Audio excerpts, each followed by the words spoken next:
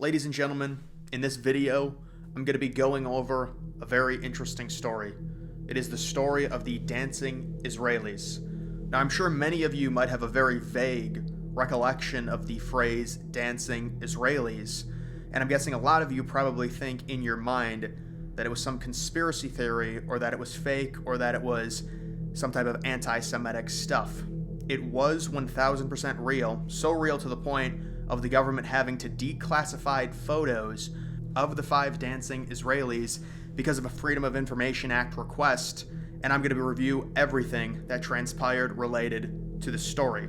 Now, the main part of the story did happen on September 11th, 2001 in New York City, but there was a lot of lead up and a lot of things that happened after the fact as well. A simple definition of the dancing Israelis were 5 men perched from an advantageous position in clear view of both towers, dancing, posing, and celebrating with a camera as the towers burned in the background. It was so noticeable, a bystander who was looking at the towers with binoculars over the top of the parking lot reported the 5 men to the police, along with their white van, which supposedly was part of their moving company, Urban Movers. The men left in their white van sometime after both towers were hit. At around 3 o'clock in the afternoon on September 11th, an alert went out to the police to look for this white van. A few hours later, they were able to track it down. The van was pulled over, and the men were investigated in New Jersey. The 5 Israelis originally denied having involvement in this event, saying their advantageous view was just a coincidence, and that they got there after the first building was hit. However, it was later reported that the white van was seen there at around 8 o'clock a.m. Eastern Standard Time before the first plane was hit. I should also make a note here that the 5 men claimed they saw the towers burning, and that attracted them to the advantageous position. The US government has confirmed that there are photographs that exist of the 5 men smiling, laughing, and even in one instance, holding up a lighter right under where one of the towers was burning. There were around 80 total photos. The arrested Israelis were caught with money in their socks and tested positive for explosive residue in their van and on their clothing. The company that they worked for, Urban Movers, was later found to be a shell company started by another Israeli. When the FBI went to question him 3 days after September 11th, he fled to Israel.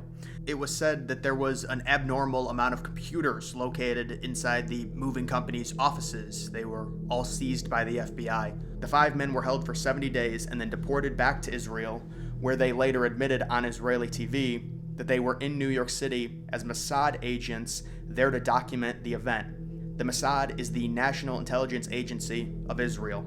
So how is that really possible? What those men were insinuating was that at least a fraction of their government would have had some prior knowledge of September 11th, which would have allowed them to get in position and in an area with a view of the towers, which then enabled them to celebrate as the towers were burning. And remember, they originally lied. It wasn't until they were deported off US soil that they told the truth on Israeli TV.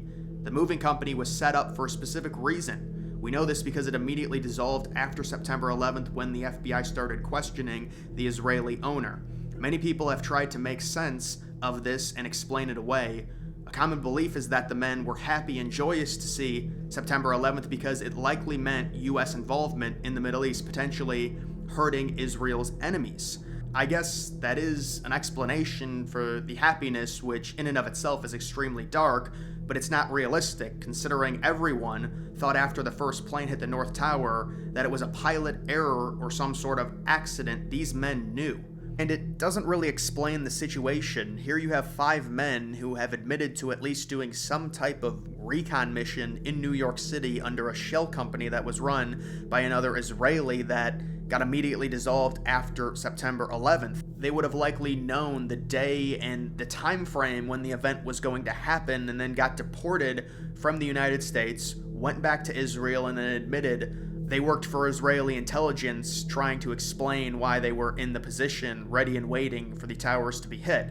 It also is worth noting that there was an Israeli art student ring active in Florida monitoring the hijackers. Florida is where the hijackers took their flight school. If you are unfamiliar, the Israeli art student ring refers to a controversial phenomenon from the early 2000s involving individuals often described as Israeli art students who visited U.S. government facilities, military bases, and the homes of federal employees. They claimed to be selling or promoting art, but were suspected by some to be engaging in surveillance or espionage activities. A French intelligence agency later reported that, according to the FBI, Arab terrorists and suspected terror cells lived in Phoenix, Arizona, as well as Miami and Hollywood, Florida, between December 2000 and April 2001, right near Israeli spy cells. The report suggested that Mossad agents were monitoring Mohammed Atta and other hijackers leading up to the attacks. It's commonly known that Israeli spy cells were located all over the United States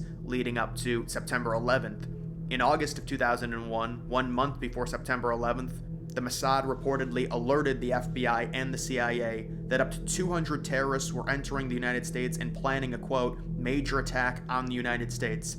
That is important information, but it doesn't explain the 5 men, the fake moving company, and the knowledge of the event happening at the specific time, at the specific place, targeting the specific building. They were cheering for a reason. That reason was likely this. Since September 11, 2001, the United States has spent $8 trillion on wars and related activities in the Middle East and other surrounding regions. A 2004 memo disclosed the deportation of over 100 operating Mossad agents from 2000 to 2001, including the dancing men arrested in New Jersey. The memo goes on to detail the location of the Israeli spy cells in relation to the hijackers.